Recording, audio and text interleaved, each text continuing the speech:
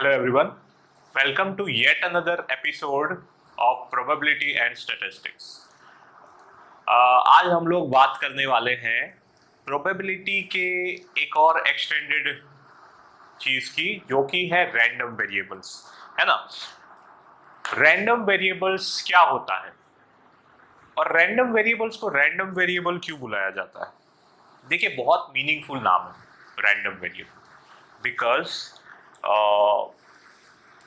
अगर पैटर्न में है कोई चीज, अगर पैटर्न में है, जैसे आपने बहुत सारी पैटर्न्स देखी होगी मैथमेटिक्स में, एरिथमेटिक प्रोग्रेशन होता है, ज्योमेट्रिक प्रोग्रेशन होता है, फिबोनाची सीरीज होती है, पास्कल सीक्वेंस होता है, बहुत सारे सीक्वेंसेस होते हैं। ये तो मैंने चुनिंदा नाम बताया है, बट ढेर सारे सीक्वेंसेस होते हैं। तो जब हमारे पास सीक्वेंसेस होते हैं तो उनको टैकल करने के लिए हमारे पास एलजेब्रा होता है। लेकिन कुछ जो चीज़ें हैं वो पैटर्न बहुत फिक्स नहीं होता है ना।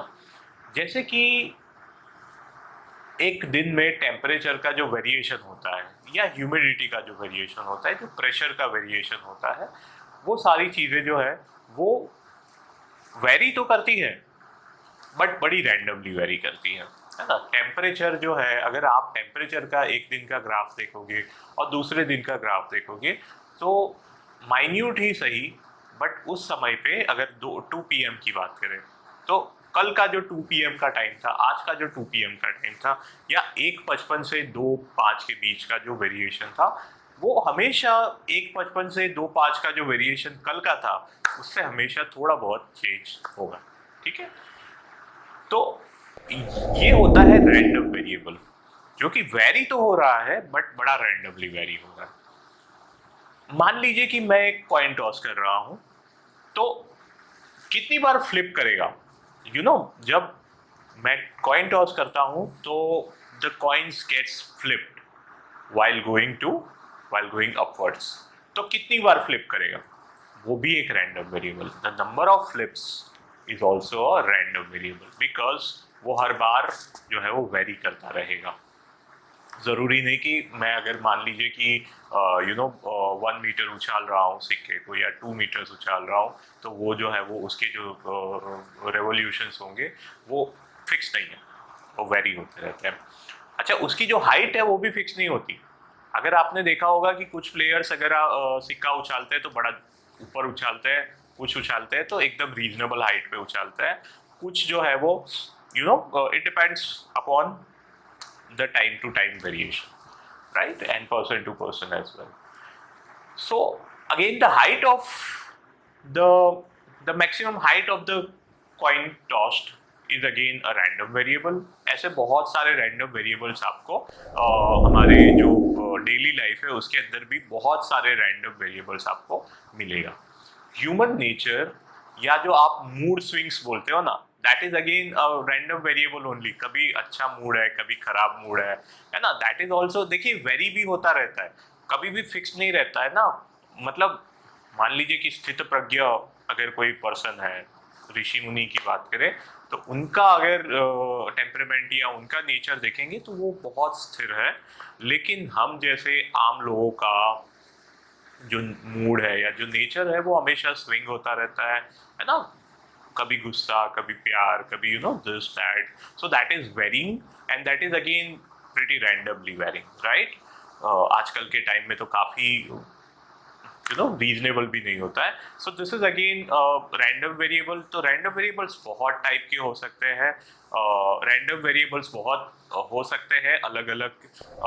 मेन टाइप उसके दो होते हैं, एक होता है डिस्क्रीट, एक होता है कंटिन्यूस। जैसे मान लीजिए कि कॉफ़ी मशीन, ठीक है, कॉफ़ी मशीन में अगर आप उसको प्रेस करते हो तो अगर तो वो बड़ी बड़ी अच्छे से प्रोग्राम की हुई है तो वो इतना हाइट उसका देगी। बट ज़रूरी नहीं कि हर बार जो वो है वो जो ग्लास का जो हाइट है जहाँ तक चाय या कॉफ़ी भरी जाएगी वो हमेशा फिक्स हो, ऐसा ज़रूरी नहीं है। थोड़ा बहुत मिलीमीटर्स में, या इवन उसके ज़्यादा भी, मतलब उससे कम भी वेरिएशंस हमेशा आते रहते हैं। तो that is a continuous thing. Right. कभी कभी हो जाएगा कि वो 4 सेंटीमीटर का कप है, कभी 4.1 सेंटीमीटर तक का हाइट हो जाएगा। अगेन टेम्परेचर की बात करते हैं, temperature is continuously varying, right. ऐसा नहीं होगा कि अभी एट द मोमेंट 32 डिग्री है और फिर दूसरे ही मोमेंट 45 डिग्री हो गया, ऐसा कभी नहीं होता है। अगर वो वेरी भी हो रहा है तो वो बड़े कंटिन्यूअसली वेरी होगा। You might have seen something like this, right. So this is a continuous random variable. जबकि डिस्क्रीट रैंडम वेरिएबल्स भी होते हैं, है ना। जैसे कि मान लीजिए कि मैं एक एक्सपेरिमेंट कर रहा हूँ कि मैं 10 कॉइन को टॉस कर रहा हूँ, तो और फिर मैं देख रहा हूँ कि नंबर ऑफ हेड्स कितने आ रहे हैं, वो 10 कॉइन में से हेड्स कितने हो रहे हैं। तो 0 हेड भी हो सकता है, 1 हेड भी हो सकता है, 2 हेड भी हो सकता है, 3 भी हो सकता है, 4 भी हो सकता है, लास्ट में 10 भी हो सकता है। ठीक है, 0 हेड का जो प्रोबेबिलिटी है वो बहुत कम होगा। I just put it as very negligible, but बताने के लिए मैं बता रहा हूँ कि इतना हो सकता है। 1 का उससे थोड़ा ज़्यादा होगा, 2 का उससे थोड़ा ज़्यादा होगा, 3 का उससे थोड़ा ज़्यादा होगा, 4 का उससे थोड़ा ज़्यादा होगा, 5 का उससे थोड़ा ज़्यादा होगा, फिर 6 से जो है वो मामला जो है वो वापस कम होता जाएगा। ठीक है, क्योंकि वो रेयर इवेंट्स की ओर बढ़ जाएगा। Like this is sorry oops this is 5 6 7 8 9 and then we go 10. So this is a probability mass function, इसको बोलते हैं probability mass function. This is called probability mass function, जो कि हमें इंडिविजुअल नंबर्स की या इंडिविजुअल रैंडम वेरिएबल के individual values की हमें प्रोबेबिलिटी देता है।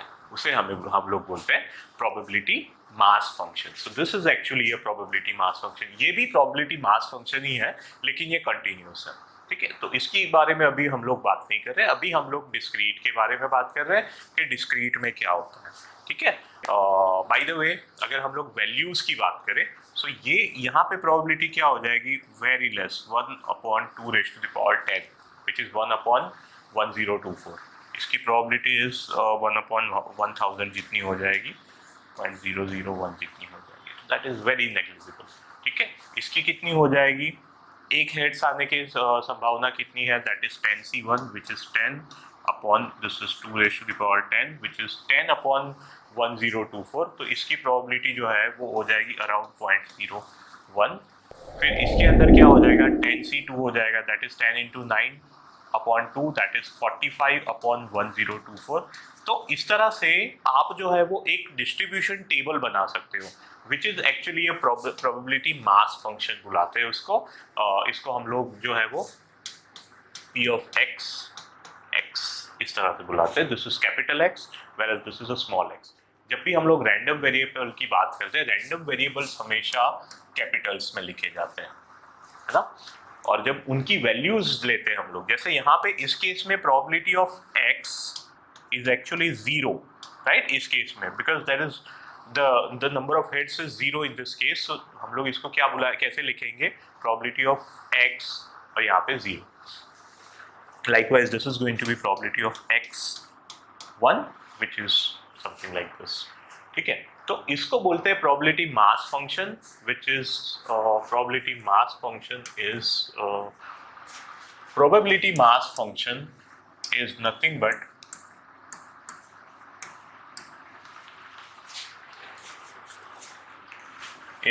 but इसको हम लोग लिखते हैं probability of x something like this। और इसके कुछ क्राइटेरिया होते हैं। इसके क्राइटेरिया क्या होते हैं, सबसे पहले तो this should always B greater than और इक्वल टू 0, राइट।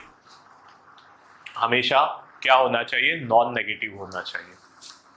और दूसरी बात कि probability of this should always be less than और इक्वल्स टू 1। ऑफ कोर्स 1 से तो प्रोबेबिलिटी हमेशा छोटी ही रहती है। ठीक है, तो ये हमेशा ये हमें याद रखना होता है कि probability of random variable at for any value should be greater than और equal to 0 but less than और इक्वल टू 1। ठीक है, उसके अलावा और भी कुछ प्रॉपर्टी होती है तो हम लोग आगे चलते चलते देखेंगे। बट मेनली आपको क्या देखना है यहाँ पे, मेनली आपको देखना है कि प्रोबेबिलिटी डिस्ट्रीब्यूशन टेबल कैसे बनाते हैं, या अगर प्रोबेबिलिटी डिस्ट्रीब्यूशन टेबल है तो आप उसको कैसे निकाल सकते हैं उसके अंदर से चीज़ों को। एक और इसकी प्रॉपर्टी होती है कि summation of P of X X I is equal to 1 से लेके आपका जो भी नंबर है जहाँ तक आप जा रहे हैं, this should always be equals to, क्या होना चाहिए, this should always be equals to, बताइए क्या होना चाहिए, this should always be equals to 1। ठीक है, हमेशा जितने भी वैल्यूज है रैंडम वेरिएबल की सारी उनकी प्रोबेबिलिटी का अगर हम लोग सम करेंगे तो वो हमेशा 1 आना चाहिए। This is one more prerequisite condition for it to be a PMF, a probability mass function। ठीक है, so these are some properties that you need to understand for probability mass function, right? probability mass function में probability mass function के साथ साथ एक और होता है distribution function, discrete distribution function, या उसको क्यूमुलेटिव भी बोलते हैं। देखिए I'll just have to rub it once more। मान लीजिए कि यहाँ पे मेरे पास कुछ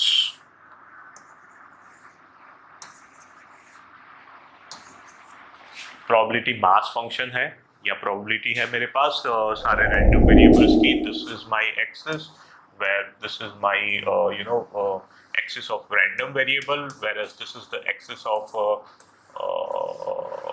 p ऑफ x। ठीक है, तो जब मैं इनको क्यूमुलेट करता हूँ तो उसको हम लोग बोलते हैं क्यूमुलेटिव प्रोबेबिलिटी क्यूमुलेटिव फंक्शन। अब मैं क्या करूंगा, देखिए यहाँ तक लेट्स से मेरा यहाँ पे i इज इक्वल टू 0 है, या x इज इक्वल टू 0 है, x is equal to 1, x is equal to 2, x is equal to 3, x is equal to 4। ठीक है, अब मैं यहाँ से इसको क्यूमुलेट करूंगा। क्यूमुलेट मतलब मैं इसको अक्यूमुलेट कर रहा हूँ, मतलब कि मैं उनको ऐड करते जा रहा हूँ। So this is so far this was 0, as I reached x is equal to 0। यहाँ से ये जो है मैं थोड़ा पेन का कलर भी बदल लेता हूँ, तो यहाँ से क्या हो जाएगा, यहाँ से फिर ये जो है वो बढ़ेगा। अगर मान लीजिए कि ये 1/6 है तो 1/6 पे आएगा। उसके बाद क्या होगा, उसके बाद जो है वो x इज इक्वल टू 1 तक ऐसे ही रहेगा। उसके बाद मान लीजिए कि आपकी ये 1/3 है तो 1/6 तो था ही, ऊपर से 1/3 ऐड हो जाएगा तो ये 1/2 हो जाएगा। उसके ऊपर और बढ़ेगा, तो it keeps on going like this, एक स्टेयर जैसा आपका फंक्शन बन जाएगा। और बहुत बार इसकी ज़रूरत भी पड़ती है जब हम लोग डेटा एनालिसिस करते हैं, तो आपको बहुत बार इंडिविजुअल प्रोबेबिलिटी मास फंक्शन की भी ज़रूरत पड़ती है और प्रोबेबिलिटी डिस्ट्रीब्यूशन फंक्शन की भी आपको ज़रूरत पड़ती है। ठीक है, ये कैसे है, this is the discrete in nature, whereas this is continuous but it's kind of a staircase type of function. ठीक है, so this is called cumulative distribution function, this is also called CDF भी बुलाते हैं इसको, cumulative distribution function भी बोलते हैं इसको। ठीक है, या तो फिर इसको डिस्ट्रीब्यूशन फंक्शन भी बुलाते हैं, डिस्क्रीट डिस्ट्रीब्यूशन फंक्शन। ठीक है, इसको हम लोग जो है वो क्यूमुलेटिव डिस्ट्रीब्यूशन फंक्शन बुलाते हैं, और ये इस तरह से ऐड करके होता है इसको। ठीक है, सो देखते हैं, आगे बढ़ते हैं। यहाँ पे हम लोग CDF में हम लोग यहाँ पे इसको ऐसा भी बोल सकते हैं, CDF is nothing but summation of i is equal to 0 से लेके आपका जो भी डेटा है, जो भी यहाँ पे आपका वैल्यू है x, दैट इज और p of x।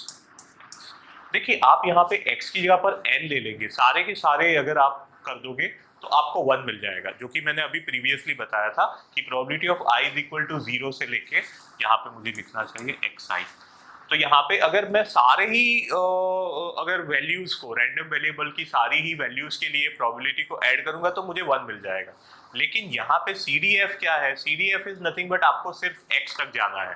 So that is, जब हम लोग क्वेश्चन करेंगे तो और ज्यादा समझेंगे कि आपको खाली मान लीजिए कि आपको निकालना है CDF of x is equal to 2, तो आपको खाली इतना ही ऐड करना है, मतलब आप जो है वो यहाँ से यहाँ तक ही पहुंचेंगे, आप 1 तक नहीं पहुंचेंगे। अगर आप सबको ऐड कर देंगे तो आप लास्ट में इसका जो आंसर है वो 1 आ जाएगा, बट आपको इसमें सब ऐड नहीं करना होता है, ठीक है। आपको इसमें इतना ही ऐड करना होता है जितना कि यहाँ पे आपको पूछा होता है डिस्ट्रीब्यूशन फंक्शन, और उसको डिनोट कर रहे हैं एफ ऑफ एक्स से। ओके, अच्छा, मुझे लगा खाली कॉन्टिन्यूस में ही एफ ऑफ एक्स से कर रहे हैं, बट यहाँ पे भी उसको एफ ऑफ एक्स से कर रहे हैं।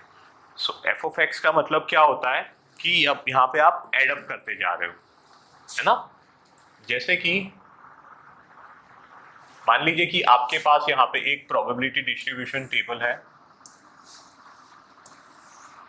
यहाँ पे आपका जो है वो x है, और यहाँ पे आपके पास प्रोबेबिलिटी ऑफ रैंडम वेरिएबल है, this is 0, this is 1, this is 2, this is 3, ठीक है। और you can call this as x0, x1, x2 and x3, ठीक है। तो यहाँ पे ये जो प्रोबेबिलिटी है, लेट्स से ये प्रोबेबिलिटी ऑफ x0 है, ये प्रोबेबिलिटी ऑफ x1 है, आई मीन x1 है, प्रोबेबिलिटी ऑफ x2 है, ये प्रोबेबिलिटी ऑफ x3 है। तो आपका जो f ऑफ x बनेगा, देखिए आपका जो f ऑफ x बनेगा उसमें क्या आएगा वो देखते हैं। f ऑफ x आपका जो बनेगा उसमें, उसके अंदर यहाँ पे तो पहला तो प्रोबेबिलिटी ऑफ x0 ही आएगा, फिर यहाँ पे क्या आएगा, यहाँ पे दोनों ऐड होंगे because this is cumulative thing. तो यहाँ पे क्या होगा, probability of x0 plus probability of x1। यहाँ पे क्या होगा, यहाँ पे होगा probability of x0 plus probability of x1 plus probability of x2, and lastly you will be getting it as probability of x0 plus x1 plus x2 plus probability of x4। और अगर 4 ही value हो रही है तो ये जो last वाला होगा उसका आउटकम पक्का, उसका जो वैल्यू है वो 1 होगा, अगर इतने ही आउटकम्स आपके रैंडम वेरिएबल्स के हो सकते हैं तो,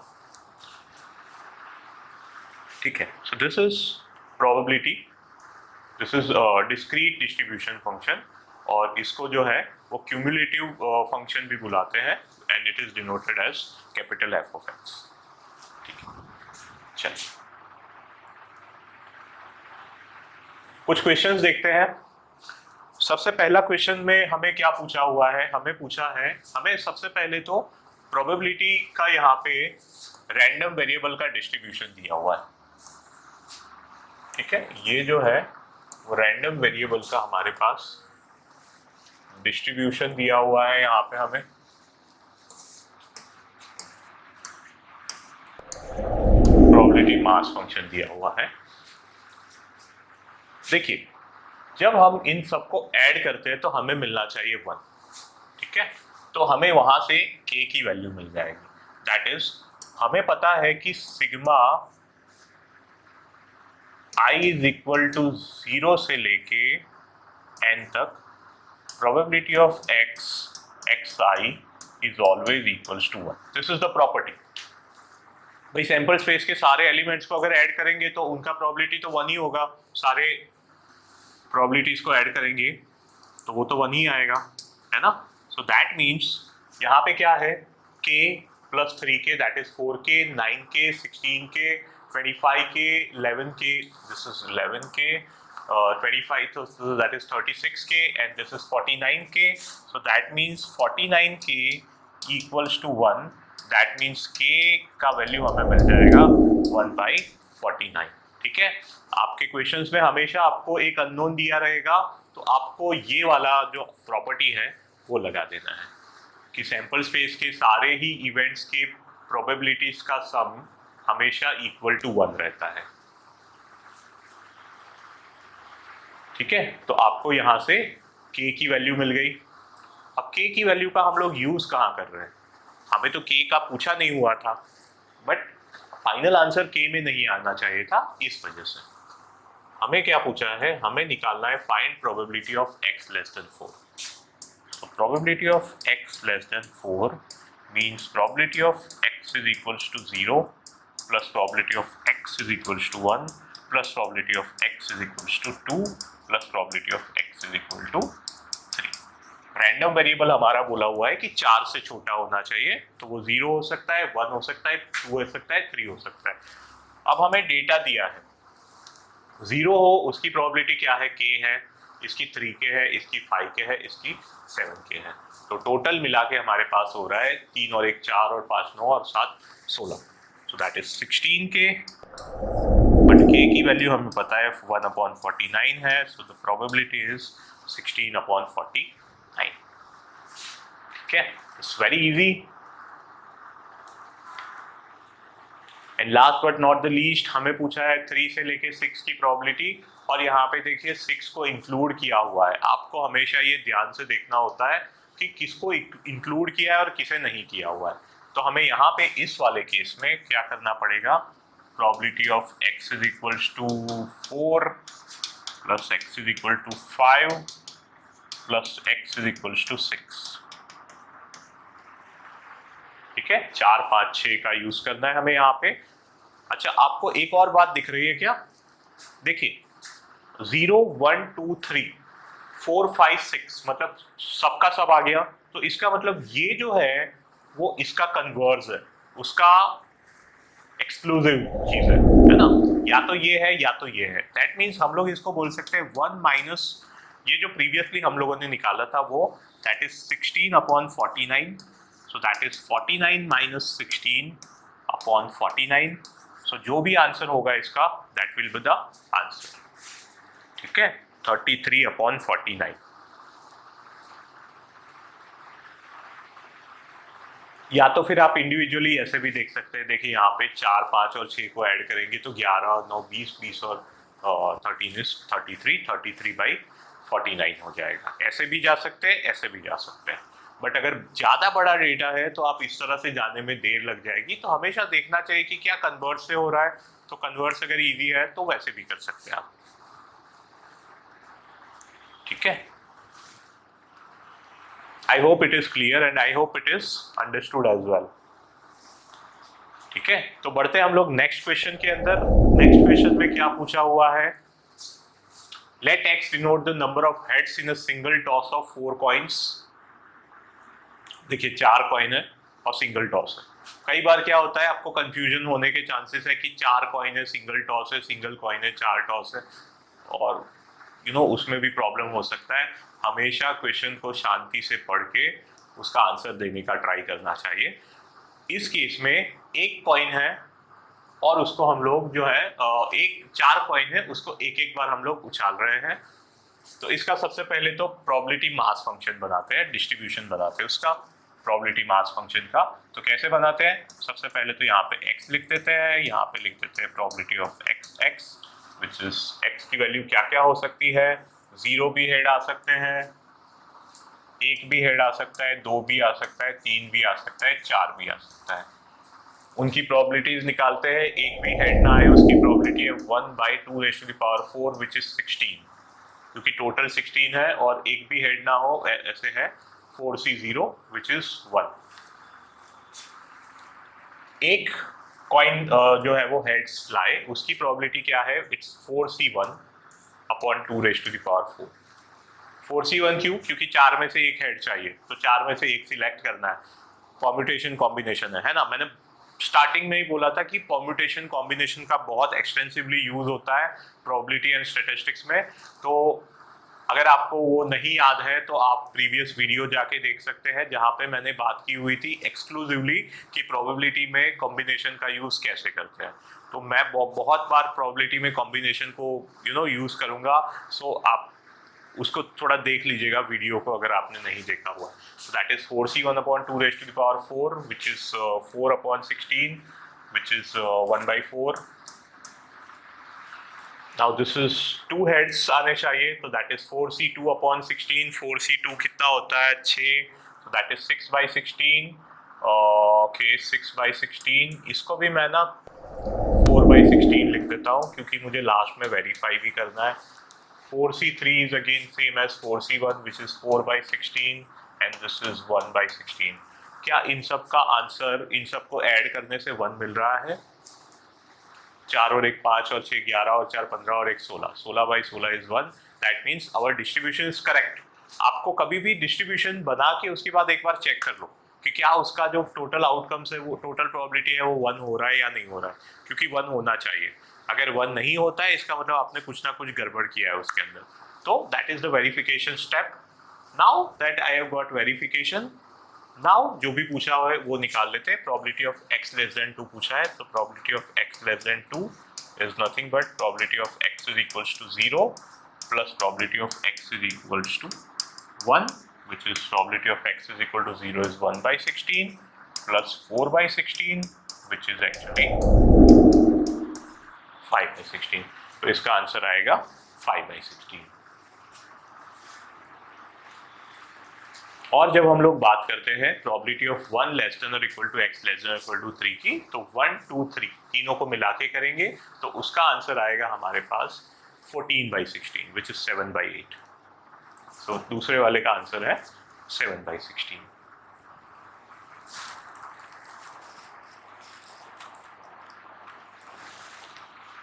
चलिए आगे बढ़ते हैं।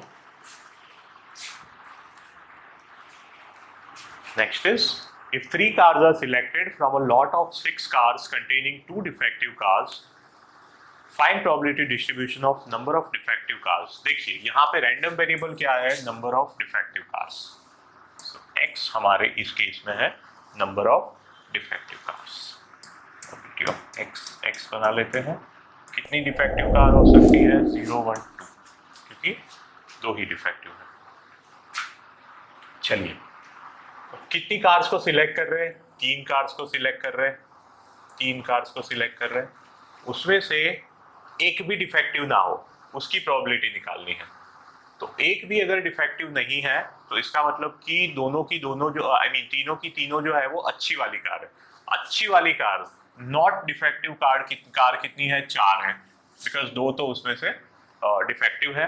सो दैट इज 4C3, 4 अच्छी है और चारों की 3, उसमें से 3 अच्छी सिलेक्ट हमें करनी है। तो 4C3 अपॉन यहाँ पे 6 में से 3 सिलेक्ट कर रहे हैं ना, तो टोटल हमारे पास है 6C3। फिर यहाँ पे एक डिफेक्टिव होनी चाहिए, तो 2 अच्छी होनी चाहिए, एक डिफेक्टिव होनी चाहिए। 2 अच्छी होनी चाहिए किसमें से, 4 अच्छी है उसमें से, तो 4 में से 2 निकालनी पड़ेगी और एक डिफेक्टिव होना चाहिए। टोटल कितनी डिफेक्टिव कार है, 2 डिफेक्टिव कार है, उसमें से एक डिफेक्टिव हमें चूज करनी है, दैट इज 2C1। और टोटल कितनी है, टोटल विदाउट एनी रिस्ट्रिक्शन कर रहे हैं, सो दैट इज 6C3। 6 में से 3 सिलेक्ट करें, दैट्स इट। फिर 2 वाले में जाते हैं, दोनों की दोनों डिफेक्टिव होनी चाहिए, दैट इज 2 ही डिफेक्टिव है, उसमें से हमें दोनों की दोनों सिलेक्ट करनी है, और टोटल हमारे पास 6C3 है। इसको अगर हम लोग वापस से लिखते हैं, 4C3 अपॉन 6C3 कितना होता है, देखिए 4C3 होता है 4। 4C3 is same as 4C1 which is 4, और 6C3 कितना होता है, 6 into 5 into 4 upon 6, so that is 20. So 6C3 is 20. 4C2 होता है 4 3 12 upon 2 which is 6, और ये है 2 upon 6C3 again is 20. 2C2 is 1 और 6C3 is 20। क्या सबको मिला के, so this is 6 2 12, तो ये आ रहा है 12 और 4 16 और 1 17। देखिए नहीं आ रहा है, नहीं आ रहा है, इसका मतलब कि कुछ तो गड़बड़ किया हम लोगों ने। क्या गड़बड़ किया वो देखते हैं। चलिए देखते हैं एक और बार फिर से कि क्या गड़बड़ हुआ है।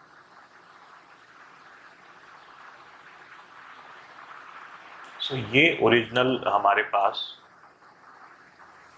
था, है ना, ओरिजिनल डेटा ये हमारे पास था। क्या गड़बड़ किया यहाँ पे देखते हैं। 6C3 की वैल्यू ही पहले तो चेक करते हैं। 6 into 5 into 4 upon 3 to the 6 which is that's 20. Okay. 4C3 is nothing but same as 4C1 which is 4, और ये हो जाएगा 20। Okay. 4 by 20। 4C2 2C1, 4C2 कितना होता है, 4 into, इसकी बात कर रहा हूँ, 3 अपॉन 2, और यहाँ पे मेरे पास है 2 upon 20, so this is 12 by 20, and this is 2c2 upon 6c3, so this is 12 by 20, and this is 2c2 upon 6c3, which is 2c2 is 1, 6c3 is 20, 12 और 4 16 और 1 17. Somehow we are not reaching on the conclusion yet. How do we solve this? 4c3, 6c3, 4 में से तीनों सही होनी चाहिए, 4 में से तीनों मतलब yeah, that's fine. 4c2 into 2c1, then you go 2c2. Probability of वो जो है वो 1 नहीं हो रहा है. The thing is that is some sort of problem. Oh yeah, I got the problem. 2c2 और साथ में यहाँ पे 2 ही कार सिलेक्ट नहीं करनी है, हमारे पास यहाँ पे 3 कार सिलेक्ट करनी है. मतलब 2 तो डिफेक्टिव वाली होगी और एक जो कार रही है वो उसको बाय डिफॉल्ट अच्छा होना पड़ेगा, है ना. So that is into 4c1. Now we have got the solution to it. See there is no problem in faltering, but you need to know how to verify. अगर आपको पता है कि मैं फैक्ट चेक कैसे कर सकता हूं तो आप जो है वो बच जाते हैं. ठीक है, तो यहाँ पे when I solve this, this is actually 1 by 20, I mean 4 by 20, this is 12 by 20, and this is again there was there was I mean 20. This is 2c2 into 4c1. 2c2 is 1, 4c1 is 4, so this is 4 by 20. 4 by 20. When you solve this, you're going to get it as 20 by 20, which is equal to 1. So now our probability distribution is correct. ठीक है, अब सही है. So यही हमें निकालना था, find probability distribution. अब उसके अंदर और कुछ डेटा पूछा है तो आप जो है वो इजीली उसको निकाल सकते हो. So that's how it works. ठीक है, एक और देखते हैं. अब देखिए यहाँ पे थोड़ा सा उल्टा हमें मामला दिया हुआ है. यहाँ पे हमें दिया हुआ है f of x दिया है. कैपिटल f of x का मतलब क्या होता है? Distribution function. हमें यहाँ पे डिस्क्रीट डिस्ट्रीब्यूशन फंक्शन दिया हुआ है ना, क्यूमुलेटिव फंक्शन दिया हुआ है हमें. और हमें क्या पूछ रहे हैं? मास फंक्शन पूछ रहे हैं. मतलब हमें पूछ रहे हैं प्रोबेबिलिटी ऑफ x. तो कैसे निकालेंगे? क्या आपको पता है कि क्यूमुलेटिव फंक्शन कैसे निकालते थे? Cumulative function was nothing but summation of p of x, x is equal to, I mean this is xi, I is equal to 0 से लेके x तक होता था ये, है ना, याद है आपको? तो यहाँ पे क्या करते थे? ऐड करते थे. जब डिस्ट्रीब्यूशन फंक्शन चाहिए तो ऐड करते थे. तो जब हमें यहाँ से हमें ये वाला चाहिए f of x से, जब हमें p of x चाहिए तब हमें क्या करना पड़ेगा? सब्ट्रैक्ट करना पड़ेगा. तो हमें यहाँ पे सब्ट्रैक्ट करना पड़ेगा क्योंकि ये जो है वो ऑलरेडी क्यूमुलेटिव है ना. ये देखिए 0.08 में 0.12 ऐड हुए तब जाके ये 0.2 बना है ना. हमें आप पता ही है कि f of x क्या होता है? f of x is nothing but probability of x0 plus probability of x1 plus. तो आपको अब यहाँ पे क्या करना पड़ेगा? सब्ट्रैक्ट करना पड़ेगा. जो क्यूमुलेट हुआ है उसको आपको जो है वो डीक्यूमुलेट करना पड़ेगा. सो डीक्यूमुलेट कैसे करेंगे? इसको करने के लिए हम लोग यहाँ पे x ले लेते हैं, यहाँ पे p of x ले लेते हैं, -3, -2, -1, 0, 1, 2, 3. ये तो रैंडम वेरिएबल के वैल्यूज है, ये तो एज इट इज रहेंगे. पहला हमेशा सेम रहता है भाई लोग, क्योंकि उसमें कोई क्यूमुलेशन नहीं होता है. उसके बाद हमें इसमें से इसको माइनस करना पड़ेगा. सो दैट इज 0.12, क्योंकि आपको पता है कैसे आया 0.2. 0.08 प्लस 0.12 किया तब जाके 0.2 आया. ठीक है, अब यहाँ से इसको माइनस करना पड़ेगा. सो that is 0.4 minus 0.2 which is 0.2. क्योंकि आपको पता है ये 0.4 कैसे आया था? 0.2 plus 0.12 plus 0.08 that got accumulated to make it as 0.4. Now 0.65 में से 0.4 माइनस करना पड़ेगा. So that's 0.25. अगेन माइनस करते हैं 0.15, अगेन माइनस करते हैं 0.1, अगेन माइनस करते हैं 0.1. जब आप इन सबको ऐड करोगे आपको वापस से 1 भी मिल जाएगा. जो कि यहाँ से एविडेंट भी है ना, यहाँ पे भी 1 हो रहा है. सो this is how if cumulative distribution function is given तो प्रोबेबिलिटी मास फंक्शन पे हम लोग सब्ट्रैक्ट करके जा सकते हैं. ठीक है. जब हम लोग कंटिन्यूस की बात करेंगे तो सब्ट्रैक्ट और ऐड की जगह पर हम लोग इंटीग्रेट और डिफरेंशिएशन की बात करेंगे, क्योंकि वो कंटिन्यूस चीज़ें हैं तो उनके बीच में ये रिलेशन होता है. तो नेक्स्ट हम लोग बात करने वाले हैं रैंडम वेरिएबल में कंटिन्यूस डिस्ट्रीब्यूशन की. तो कंटिन्यूस डिस्ट्रीब्यूशन में आने के लिए हम लोग नेक्स्ट वीडियो में मिलते हैं. तब तक आप सोचिए कि कंटिन्यूस डिस्ट्रीब्यूशन या कंटिन्यूस रैंडम वेरिएबल्स में क्या होता होगा. क्या उसमें भी हम लोग इस तरह से टेबल बनाते होंगे, क्या उसमें भी हम लोग ऐड कर रहे हैं, इंटीग्रेट कर रहे हैं, तो क्यों कर रहे हैं. कंटिन्यूस के एग्जांपल्स को के बारे में सोच के आइए और नेक्स्ट वीडियो में उसके बारे में डिस्कस करते हैं. तो इस वीडियो में इतना ही रखते हैं, अगले वीडियो में मिलते हैं और बात को और आगे बढ़ाते हैं. चलिए, बाय बाय.